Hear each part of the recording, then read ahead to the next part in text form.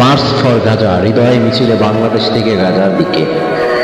আজকে সকালটা অন্যরকম ছিল। সোহরাওয়ার্দীর উদ্যান যেন আর কেবল একটি উদ্যান ছিল না, এজন্য বাংলার হৃদয় থেকে উঠে আসা একটি কান্না, একটি প্রতিবাদ, একটি ভালোবাসা, একদম দূরের সেই গাজা পর্যন্ত পৌঁছে দিতে চাওয়া এক মিছিলের গল্প। ফিলিস্তিন একটা ভূখণ্ড নয়, একটা রক্তের ভেজা নাম, যেখানে প্রতিদিন ভেঙে পড়ছে ঘর, হারিয়ে যাচ্ছে হাসি। একটি মা তার শিশুর নিথর দেহ জড়িয়ে ধরা ছবি আমাদের নিঃশ্বাস আটকে দেয়।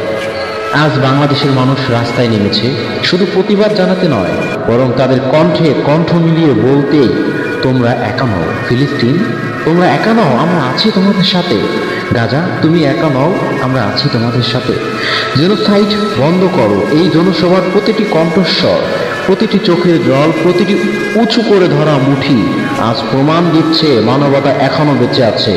আমরা দূরে, কিন্তু আমাদের হৃদয় ঠিক গাজার মাটির কাছেই। আমরা কিছু থামাতে পারি না হয়তো, কিন্তু আমরা নীরব থাকতে পারি না।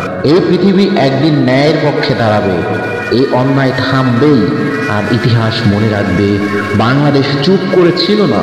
তুমি কি আজ গাজার জন্য একটি প্রার্থনা করতে পারো? তুমি কি আজ একটি পোস্ট শেয়ার